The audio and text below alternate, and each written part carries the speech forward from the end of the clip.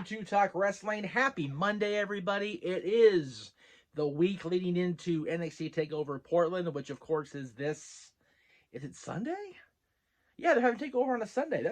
I dig that. I think that's super cool. They're having a TakeOver on a Sunday. Well, of course, it's a standalone because there's no WWE main roster show with it. So that's cool, though. You will see that on the network this Sunday. Here on the Jeff Meacham Network on Friday will be a bonus Talk Wrestling. Today's Talk Wrestling, of course, is Ask Meach Anything, as it is every Monday. But on Friday, both on YouTube and I'm looking at YouTube, YouTube and Anchor or Spotify, wherever the case may be, I'll have my official predictions for NXT TakeOver Portland. 6 matches for the first time, I think, ever. I'll have to go back and look again before I record Friday's show, but I don't recall there being more than 5 matches on a TakeOver, so it's really cool that the NXT talent is getting the opportunity. Every championship's on the line, and there's 2 grudge matches as well, so it's going to be a hot show. But looking at NXT TakeOver Portland being this Sunday, and the roster is ever expanding, we come to today's question.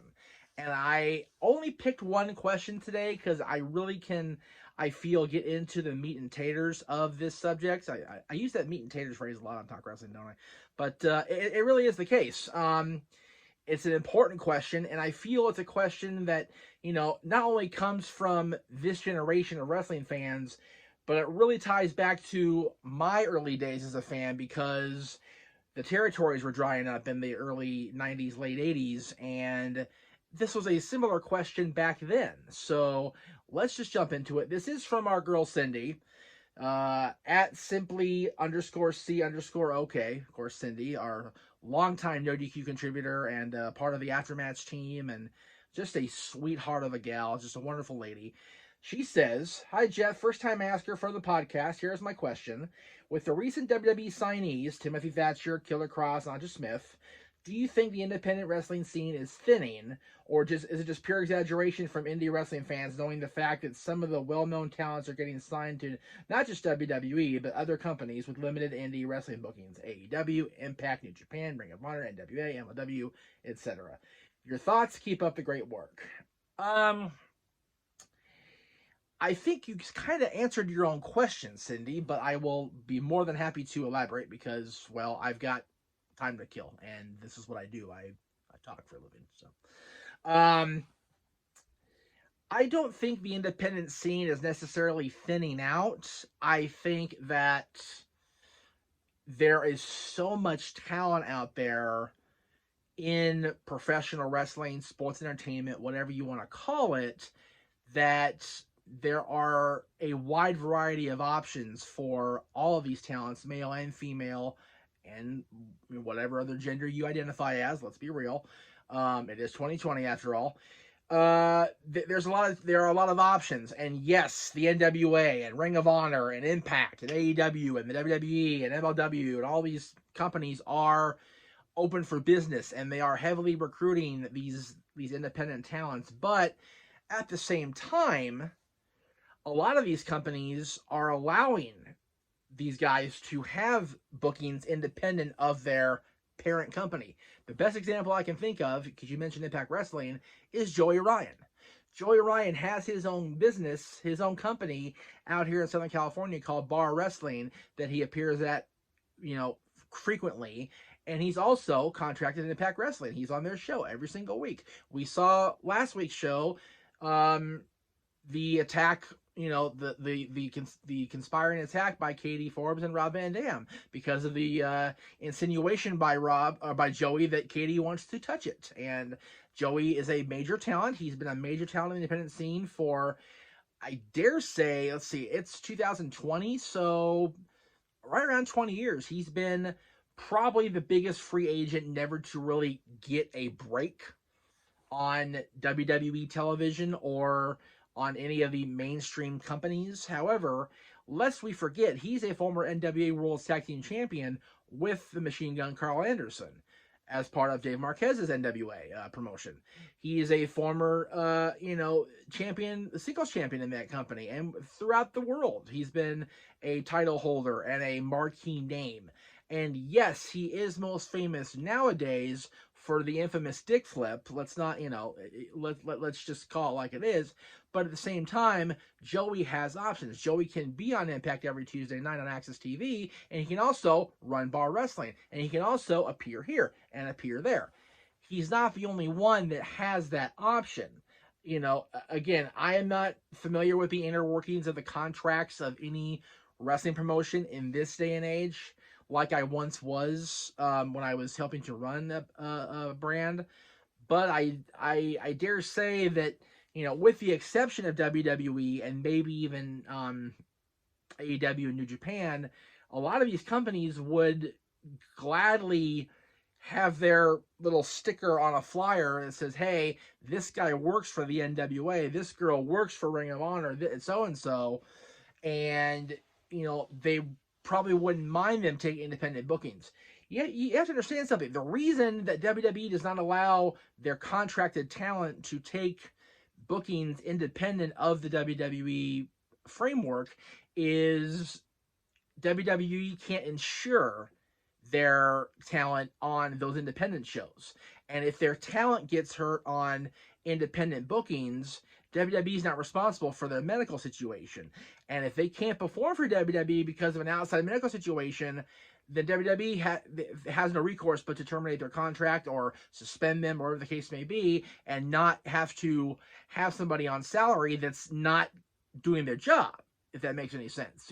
If they're not going to have somebody there that is reliable, that can be there full time and not be hurt at doing outside things, then that becomes a problem, in legalities. It becomes a problem in booking TV shows and live events and pay-per-views, and there's a whole lot of stuff. And with WWE's corporate structure the way it is, they can't afford to allow person A to compete for promotion B.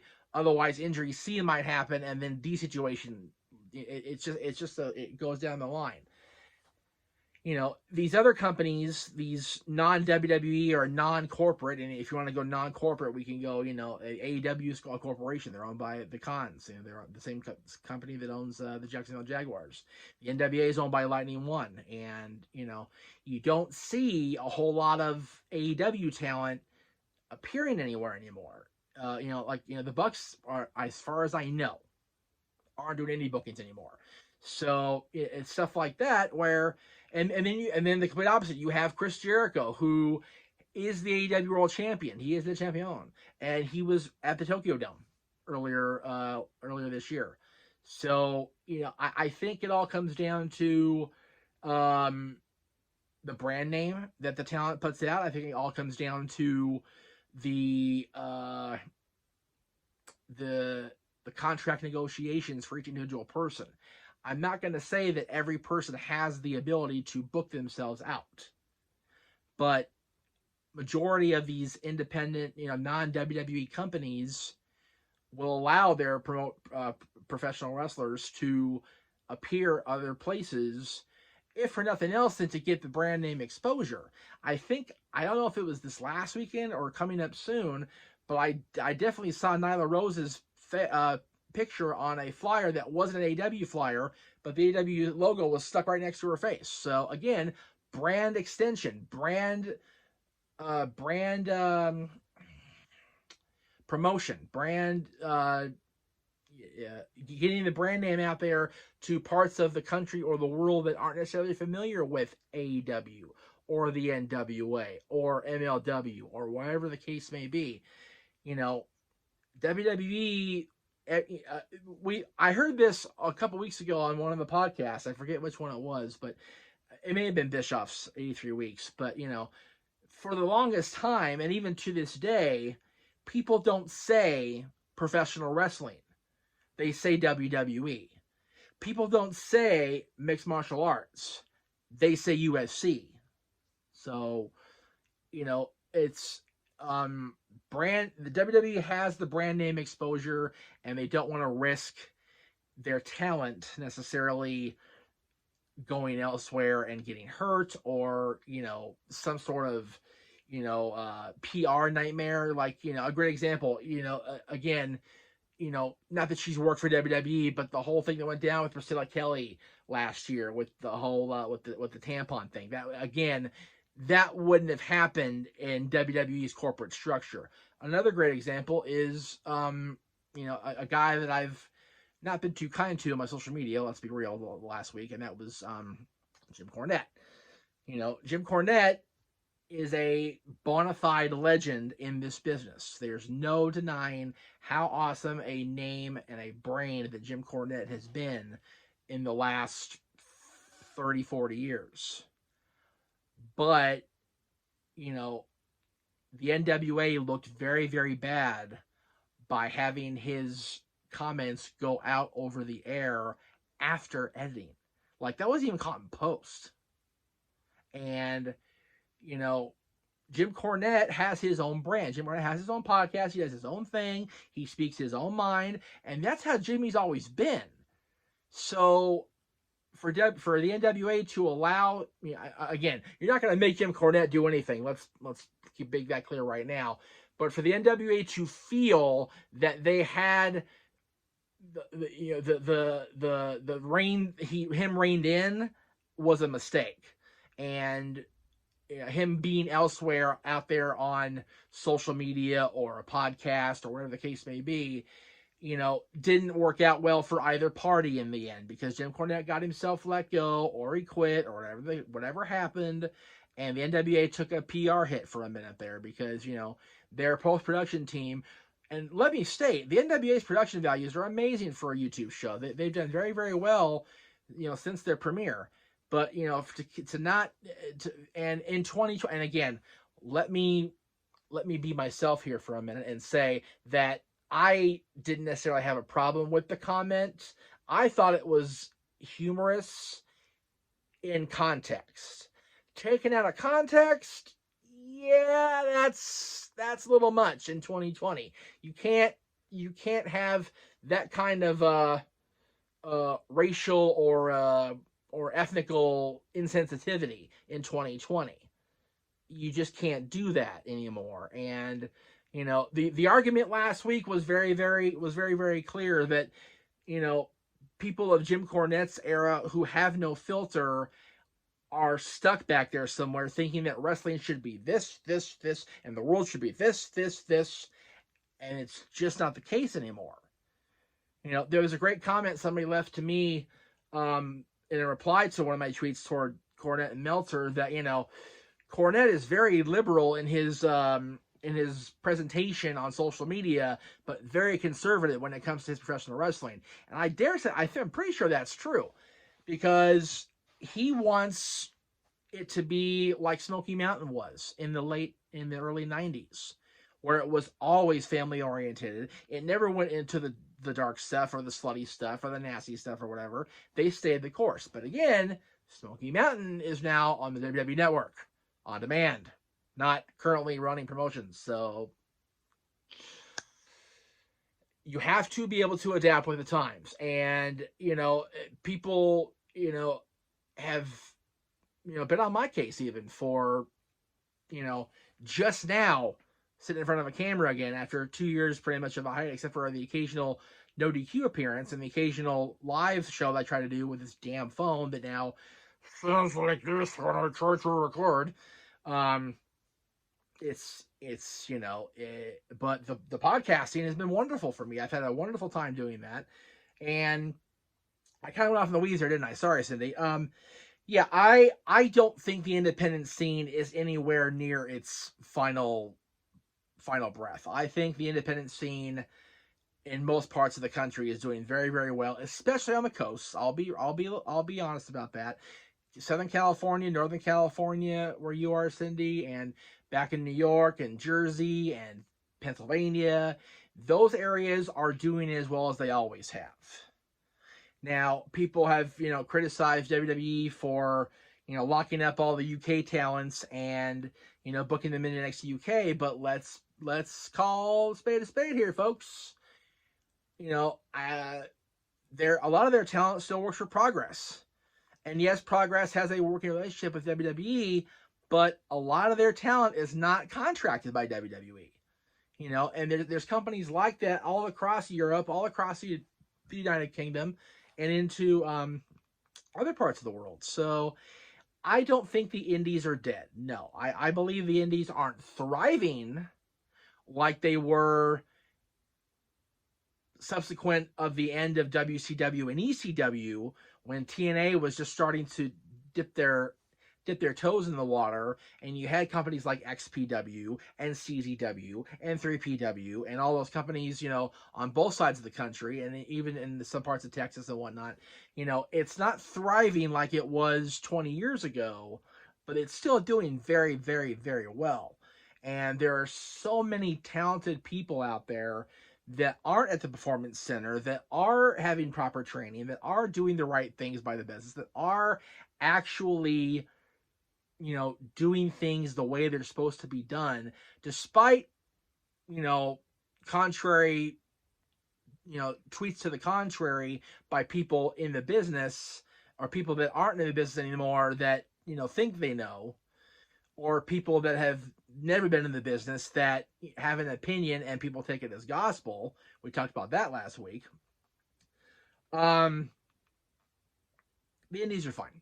There is a transition period going on. There is a period now where there's so much more exposure than there used to be for these young guys and gals, excuse me, that they're almost picked off right away by the performance center or by AEW's recruitment or whatever the case may be.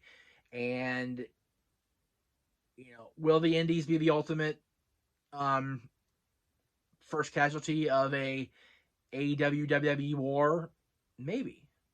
But, you know, again, you know, people talked during the 90s about WWE was going out of business and they were struggling and they couldn't pay their talent and this and that, and then they won the war, and now we're in 2019 and 20 talking about WWE is so bad and they're financially struggling. They had their best revenue year ever last year. Ever. And if you go back to ever, I think ever meaning when Vincent K purchased capital from Vincent J and formed the WWF out of Titan Sports, you know, that's my entire lifetime, and I'm going to be 37 pretty soon. So, you know, in a 38, 37, whatever year history, to record your best revenue stream ever in a calendar year, and to have a quarter that people were projecting that was going to be the worst they've ever had, is very, very telling of how the business itself is doing well. WWE is doing well. AEW is doing well, and the NWA is scooting right along here. I love their presentation. I say that. So I don't think the indies are dying, and I don't think the business is in trouble. I think that too much is being made out of reporting by certain people, and I think that we all need to realize that. You know, a lot of the stuff we see, even on No DQ, which is posted from other sites and, you know, sometimes by original sources, a lot of what we see and what we hear is strictly opinion presented as fact. So no, Cindy, I don't think it's exaggeration by indie wrestling fans. I think it's exaggeration by wrestling reporters saying the indies are dead or dying or in trouble. So bear that in mind as you watch your promotions up in Northern California, like APW, who they're a tremendous company. I work with them; they're great, and everybody's doing just fine. In my own personal, again, my show, my opinion. Take it how you like to take it. Wednesday on Wrestling Rewind, for the very, very first time, Greg and I are not going to be watching something on the WWE Network. Oh no. The link went up on, I think I put it up Thursday. It may have been Friday. My days kind of run together. But this Wednesday will be a link off of Impact Wrestling's YouTube page. For the first time, we're not watching a WWE match or a WWE Network produced match. How about that? Because we watched Hardcore Heaven 99 that was on the network, but it wasn't a WWE production originally. This is completely independent of the WWE family. This is not under WWE's umbrella, and it's close to the anniversary of when it happened in 2006, so I really wanted to get a look at it and talk about the history behind it and the history behind the men in it, excuse me. So it's Wednesday on Wrestling Rewind. Greg and I will be going back to Against All Odds 2006 as Jeff Jarrett defends the NWA World Heavyweight Championship against Captain Charisma, Christian Cage. That'll be Wednesday. And then, of course, I mentioned Friday's show, Talk Wrestling, will be back with a bonus episode, if you want to call it a bonus, because, it is what it is. But go over my predictions for this Sunday's NXT TakeOver Portland show, which, again, stacked show.